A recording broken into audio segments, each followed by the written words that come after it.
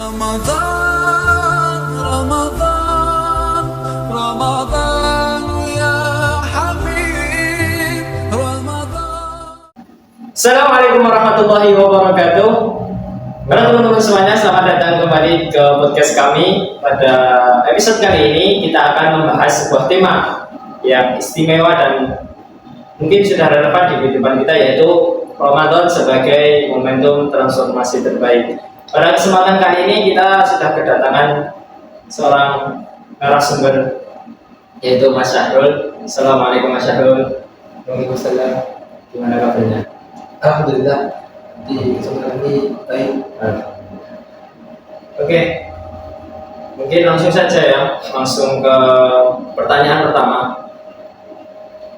Menurut Mas Syahrul nih, mengapa Ramadan sering disebut sebagai momentum terbaik untuk melakukan transformasi diri? Oke, jadi dari pertanyaan tadi, ini bukan menurutku sih, cuma dari kebanyakan orang atau mungkin testimoni, yaitu bulan Ramadan sebagai bulan transformasi terbaik. Karena kita tahu ya teman-teman semua, di bulan Ramadan itu kan kita banyak sekali nih orang-orang yang beramal soleh, orang-orang yang berlomba-lomba dalam kebaikan, orang-orang yang berlomba-lomba menjauhi dari segala yang dilarang oleh Allah Subhanahu wa Ta'ala. Jadi itu kayak transformasi tempat atau waktu di mana itu banyak teman-teman kita atau masyarakat kita itu menggunakan untuk berubah waktu tersebut, untuk berubah menjadi lebih baik. Yang nggak pernah ke masjid jadi ke masjid, yang nggak pernah sholat isya jadi sholat isya, yang nggak pernah tadarus jadi tadarus. Seperti itu. Jadi banyak sekali ya kemuliaan yang ada di bulan Ramadan.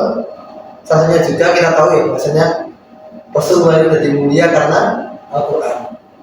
Begitu juga dalam bulan suci Ramadan dibanding dengan bulan-bulan yang lain, maka Ramadan itu menjadi mulia karena Al-Quran. Jadi seperti itu. Oh, jadi gitu ya Mas. Jadi gini, misalkan ini kan Ramadan adalah momen terbaik untuk transformasi menjadi lebih baik lagi. Tapi kenapa kok orang-orang di luar sana hanya berubah lebih baik lagi ketika hanya saat bulan Ramadan saja? Nah, itu bagaimana itu?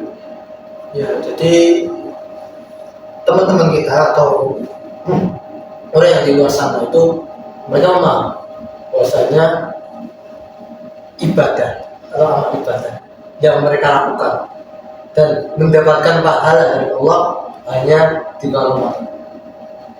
Itu bisa kita lihat secara global. Meskipun ketika mereka tanya, kamu yakin nggak kalau di bulan-bulan lain juga ada ganjaran atau pahala dari Allah? Mereka akan bilang apa?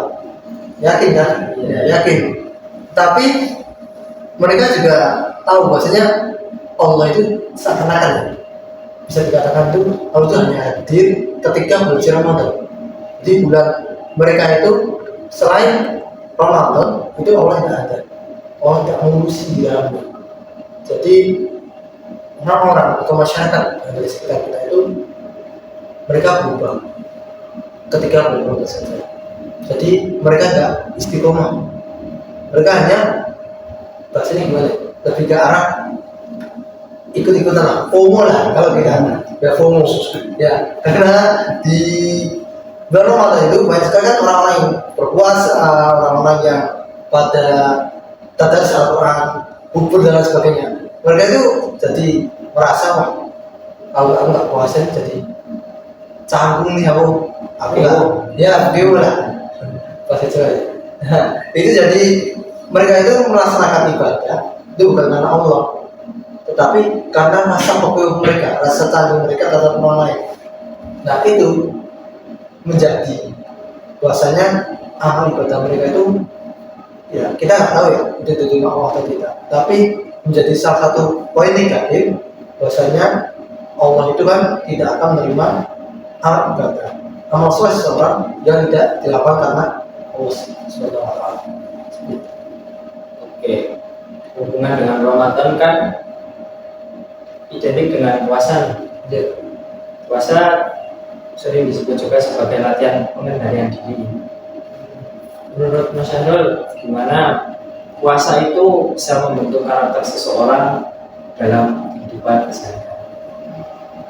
Untuk karakter diri seseorang ya, Jadi orang yang berpuasa itu kan pastinya apa? Pastinya haus. Ya, haus dan juga harus menahan nafsu. Karena kita balik lagi dari pengertian puasa sendiri, itu kan menahan diri dari hal-hal yang membatalkan puasa, dari terbit fajar sampai tenggelamnya matahari atau subuh sampai maghrib. Nah, jadi puasa itu merupakan suatu latihan, bukan latihan, suatu amal ibadah yang dimana itu menjadikan diri kita itu bisa mengendalikan diri kita. Contoh, di bulan-bulan yang lain, bukan bulan Ramadan,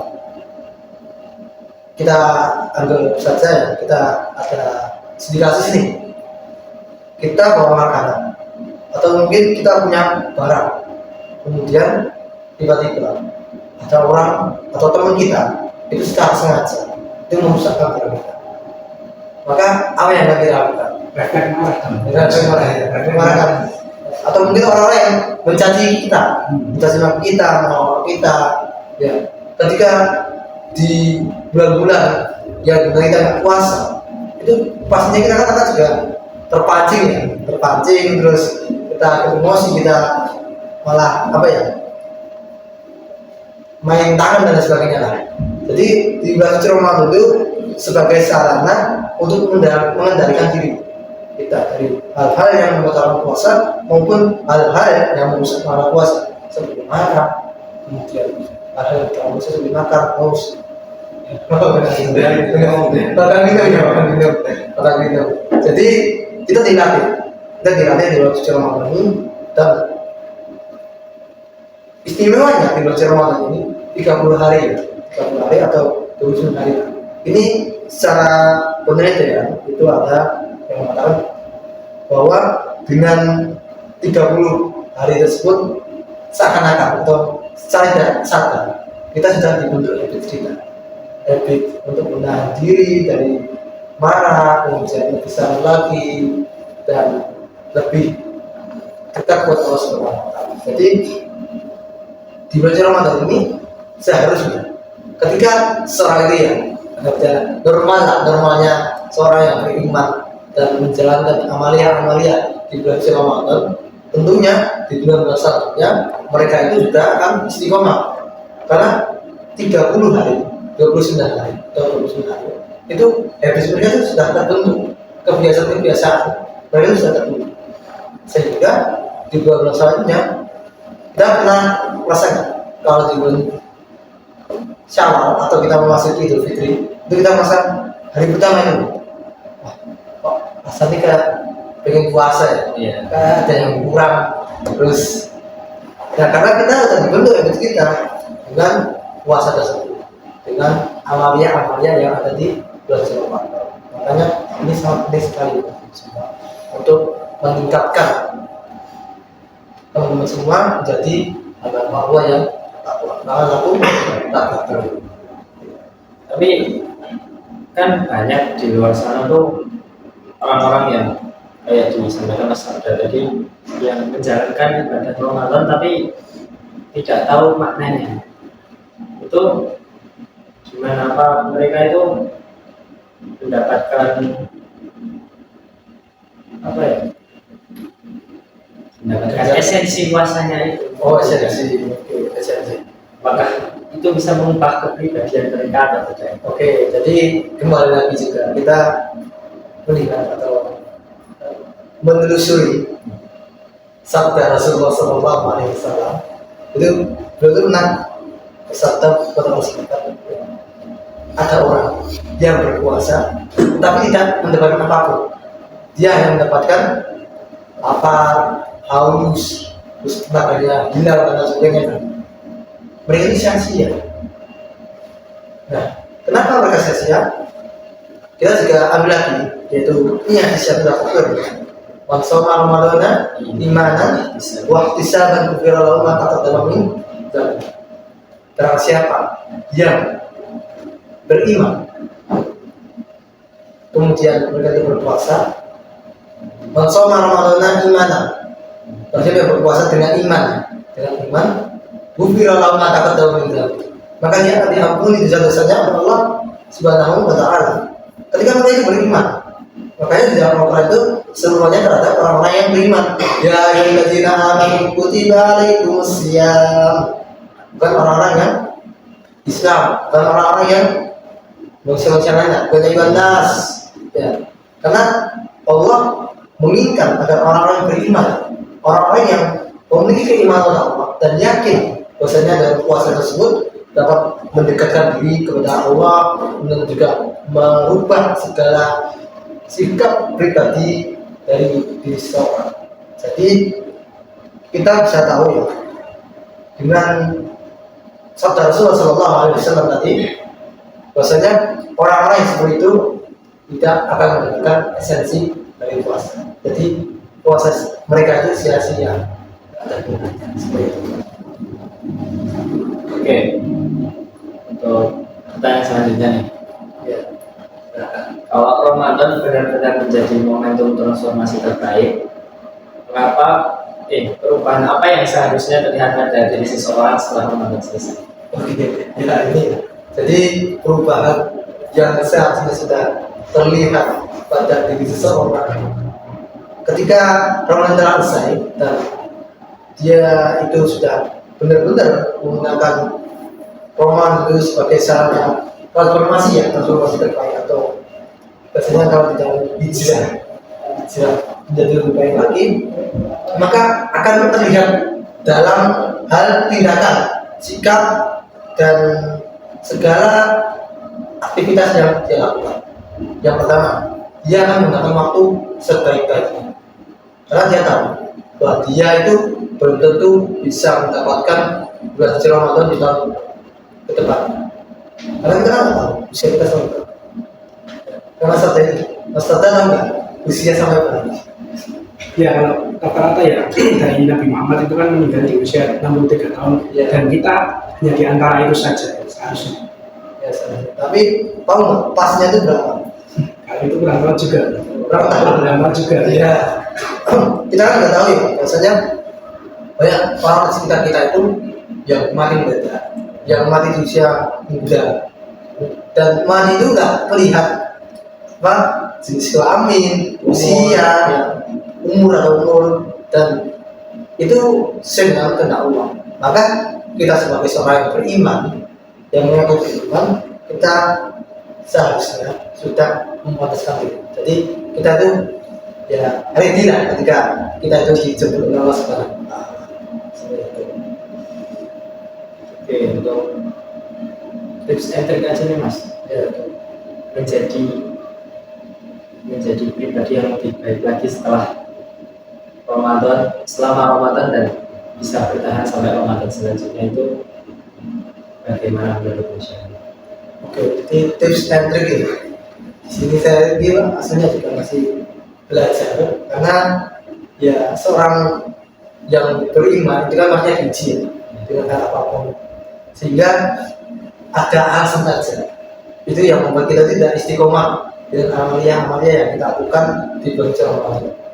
Jadi hanya kita baca Al-Quran, kemudian sholat rawatin, kemudian kita beramal soleh, sedekah, infak dan lain sebagainya.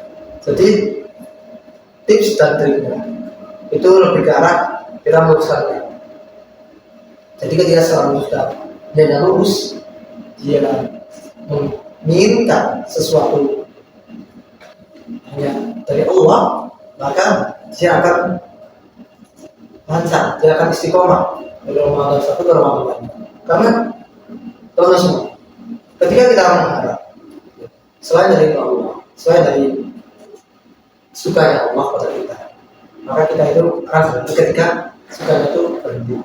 Contoh, kita sedikit ya bahas tentang keremajaan. Nah, kita kan sini juga masih pemuda remaja. Jadi kita tahu kita pernah nih cinta sama seorang. Ya. Pernah dong. Pernah ya. Pernah cinta sama seorang. Ya.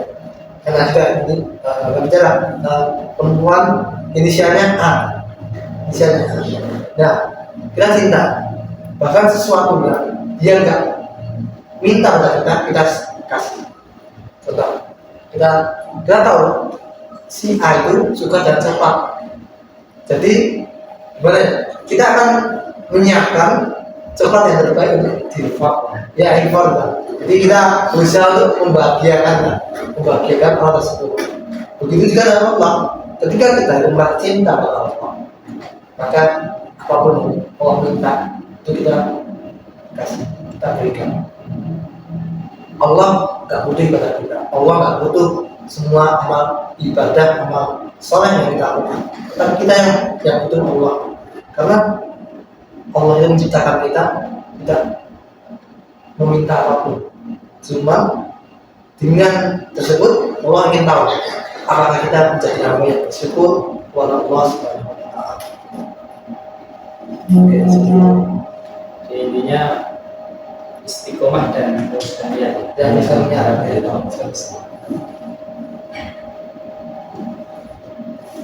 ya, terus ini saya juga mau ngasih promo semua. Jadi promo semua ini Ramadan adalah sebagai sarana transformasi terbaik ya. Jadi gunakan semaksimal mungkin. Karena kita juga tahu bahwasanya masyarakat atau di orang-orang sekitar kita itu banyak yang mereka itu menginginkan untuk bertemu Ramadan. Mereka menginginkan agar di Ramadan itu mereka bisa melakukan amal-amal soleh yang banyak, amal soleh agar mereka itu menjadi orang-orang yang lebih bertakwa. Tapi Allah Subhanahu wa taala sudah menjemput mereka tadi. Jadi buat teman saja saya berpesan agar gunakan Ramadan di kesempatan kali ini. Apalagi ini sudah masuk ke 10 malam terakhir Ya. 10 malam terakhir yang dimana bisa terdapat Lailatul Qadar atau malam kemuliaan yang lebih baik daripada 1000. Jadi kita gunakan semaksimal mungkin, kita kerahkan seluruh tenaga kita, usaha kita agar kita bisa menggapai Lailatul Qadar. Dan dimana pahalanya itu lebih baik daripada 1000. Seperti itu.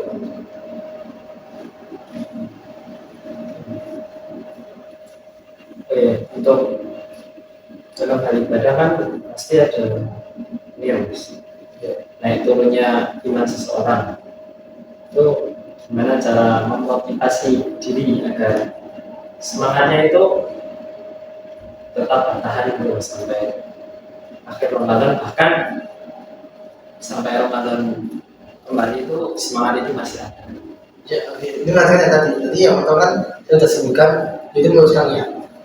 Yang kedua, ketika kita ingin agar diri kita bisa istiqomah di dalam jalan kebaikan, maka cari komunitas-komunitas orang-orang yang soleh itu yang sesuai dengan apa yang Allah perintahkan. Jadi komunitas itu sangat penting, sangat penting.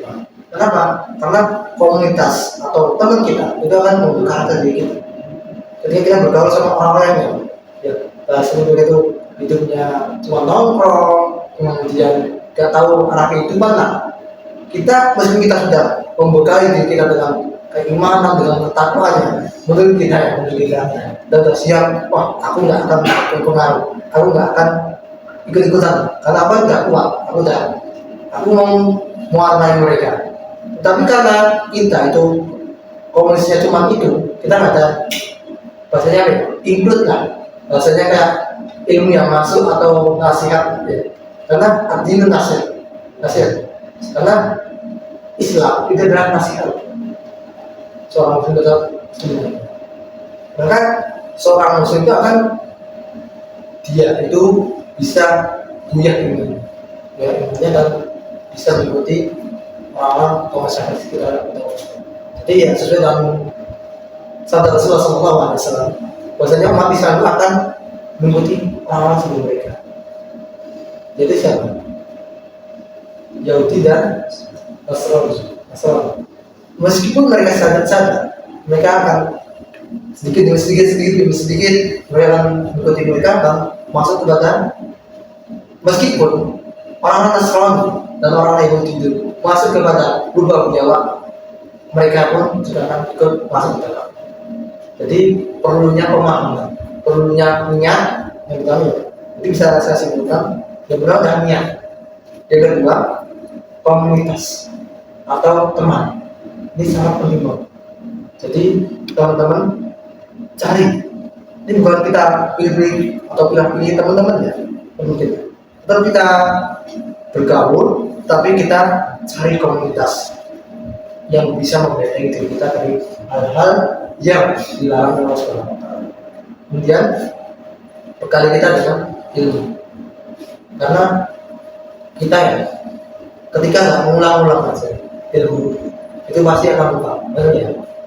Ya, apa kita, kemudian kita ya nggak pernah bilang aja lah.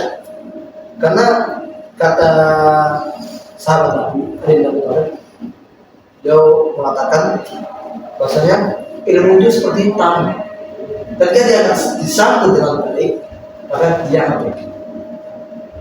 Begitu juga dengan amal ibadah kita, ketika kita itu sudah konsisten di bulan Ramadan dengan amalia di dalam, kita nggak konsisten, kita nggak menambah diri, menambah amal soleh di dalamnya, maka amal soleh itu sedikit demi sedikit akan hilang dari kita.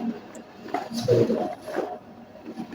Oke, sepertinya ini waktu sudah hampir habis ya teman-teman. Dari pembahasan tadi kita dapat banyak sekali ilmu dan motivasi untuk semangat lagi menghidupkan bulan Ramadan. Semoga Ramadan tidak hanya menjadi rutinitas tahunan, tetapi benar-benar menjadi momentum perubahan yang membawa kita menjadi pribadi yang lebih baik lagi. Amin. Mungkin itu yang bisa kami berikan di podcast kali ini. Apabila kami ada kesalahan kata, kami mohon maaf. Wabillahi taufiq wal hidayah. Akhirul kalam. Assalamualaikum warahmatullahi wabarakatuh. رمضان